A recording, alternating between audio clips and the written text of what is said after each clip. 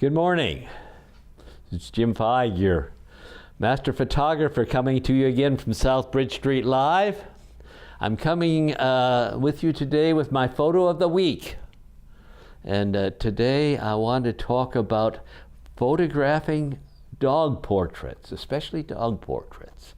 Be a little specific today. I'm going to use some photographs. This first photograph was not printed by Richard Korchinski's photography lab because I borrowed it. I borrowed it from Elke Vogelsong. She's had it published on the cover of Perspective magazine. But I'm using this as an example to show as a contrast to what I'm doing. I'm not trying to take portraits like you see in this photograph here. As you can see, this is photograph number 1. I'm trying to show you how to take a nice, more informal portrait. You look at this portrait and you see what? You see 3 dogs, very perfectly lit, perfectly posed. A beautiful shot, a beautiful shot. Elke did an excellent job on this, and I'm sure it took many hours and a lot of frustration to get those dogs posed like that and to work that lighting around like that. But what I'm going to talk about is the casual photograph, the everyday dog. These dogs look like pampered dogs. They look like dogs that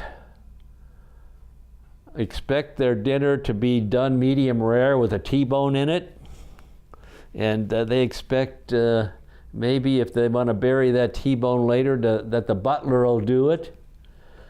And if there's a squirrel out there that needs chasing, well, they'll hire a hired hand or a hired paw to take care of the work.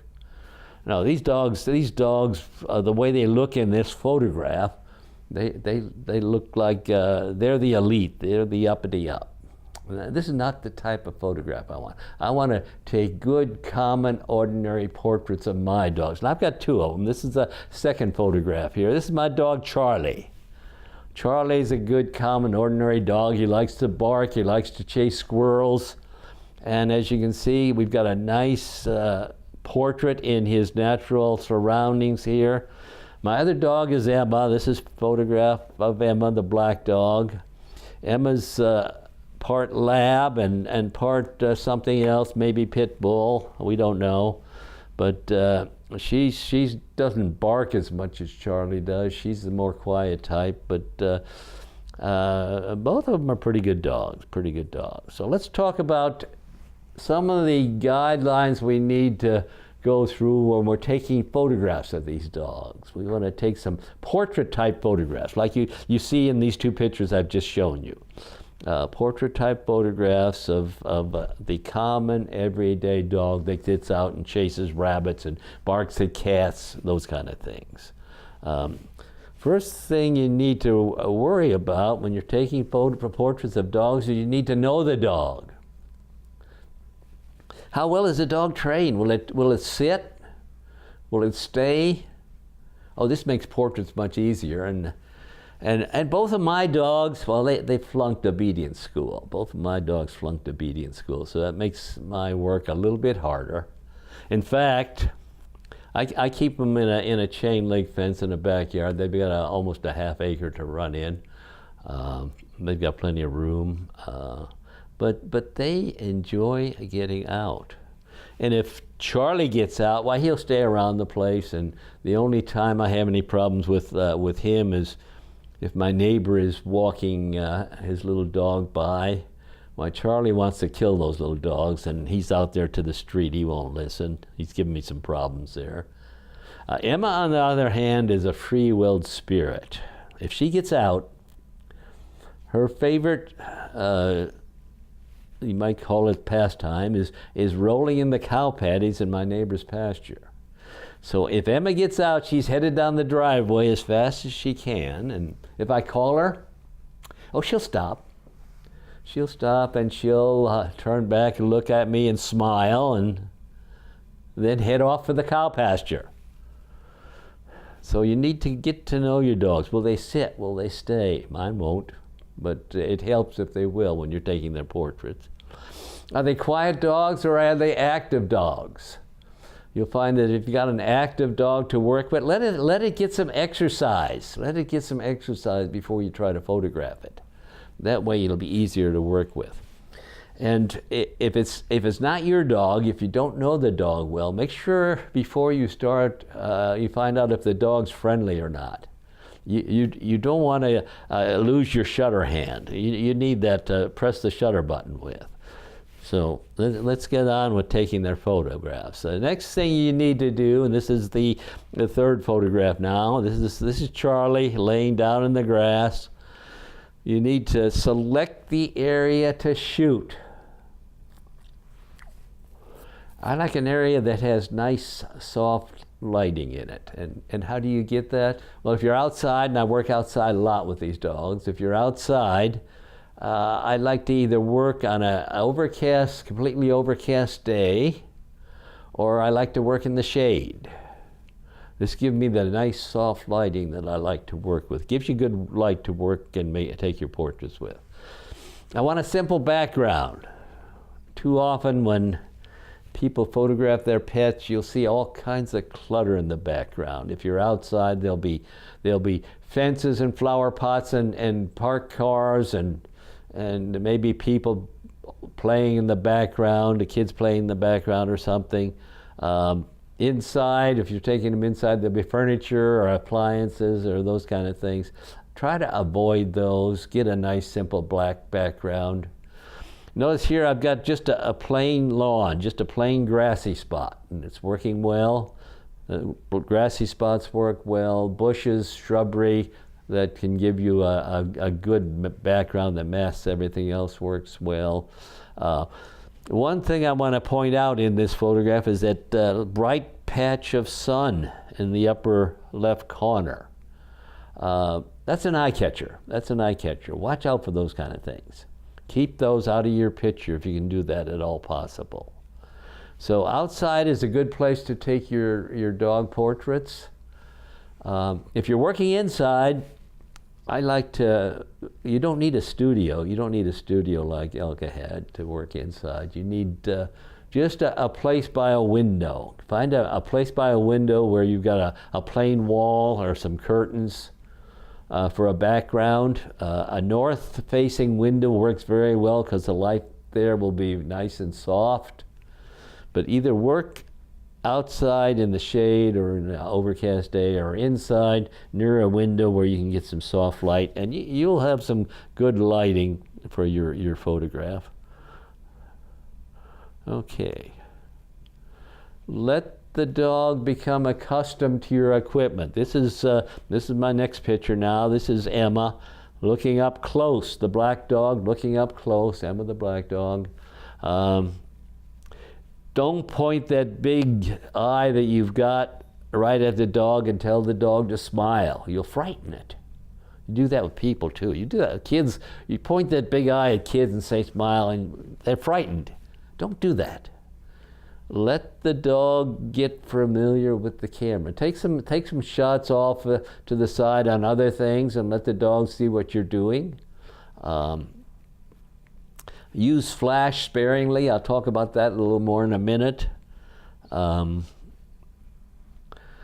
Once the dog has become familiar with the camera, why, go ahead and work and take the photographs you need. Don't just take one or two. Take quite a few photographs because you never can tell what kind of expression you're going to get out of these dogs. I find that a handheld camera works best outside, and if I can get enough light, also inside. Don't get encumbered with a tripod if you don't have to, but make sure you can shoot at a fast enough shutter speed so that you can hand hold that camera and still get a good sharp image. Okay, I said avoid flash. This is Charlie now. He's looking up at me, and I used a little fill flash on Charlie this time just to brighten up some of those shadows. That works well sometimes, but avoid it if you can.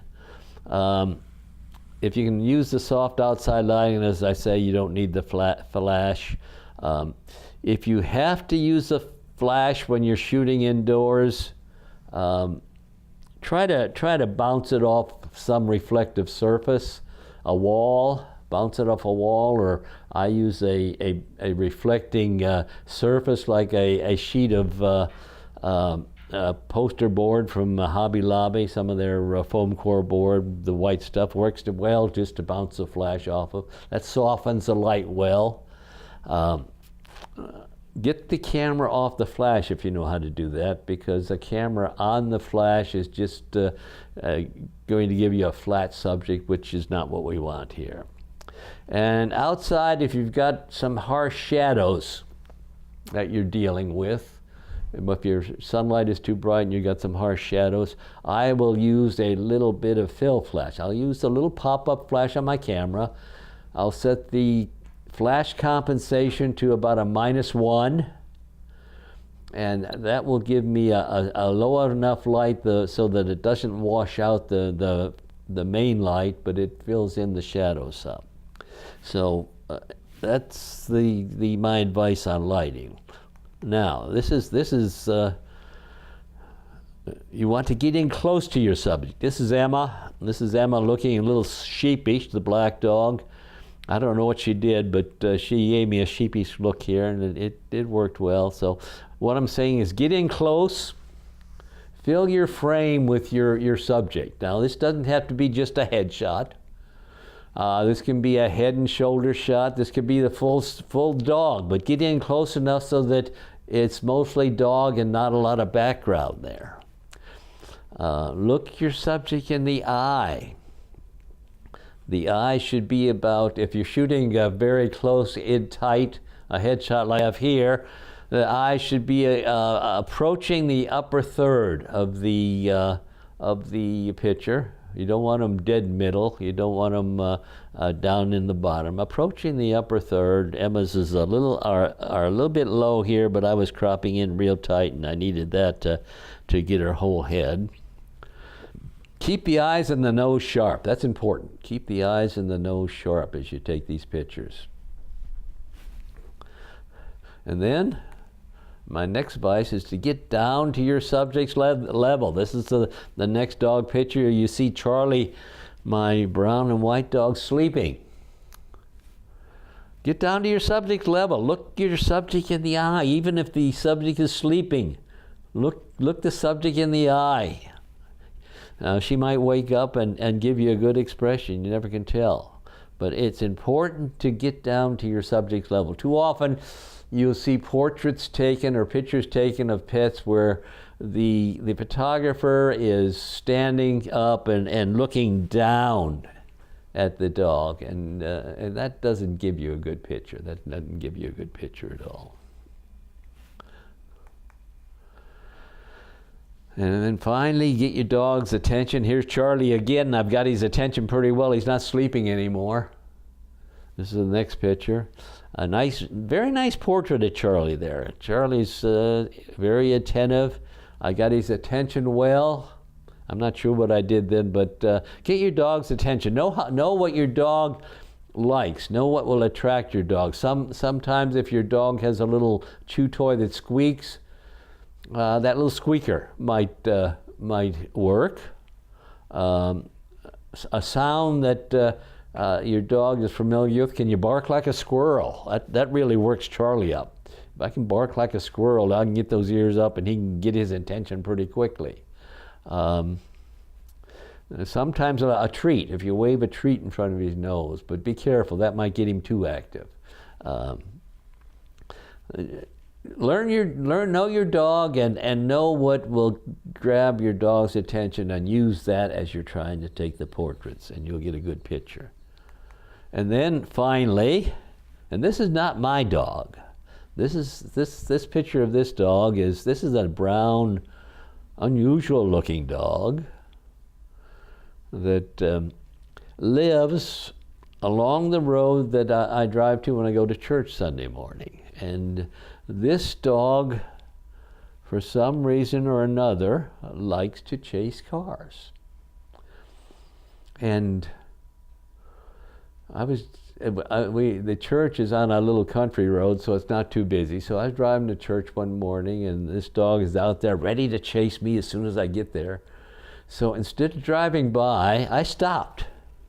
I rolled down my window, and the dog and I had a big discussion on the dangers of chasing cars. And this is the expression I got from him as I was lecturing him about chasing cars. It's priceless. So I had to take that photograph. So I took it with my cell phone. I hope it has enough detail in it to show a good picture. But this was an interesting dog. So this is my advice. If I've gave you some additional advice on another program when I talked about photographing pets, use that advice too. But if you want to photograph dogs, this is some advice, and it'll give you a good start in getting some good portraits of your dogs. Now it'll work for cats too if you want to use for them, but gee, why waste it on a cat when you can take a good picture of a dog anyway? Okay, I've said enough. Jim Feig, your master photographer, coming from South Bridge Street Live. We'll see you next time. Thank you.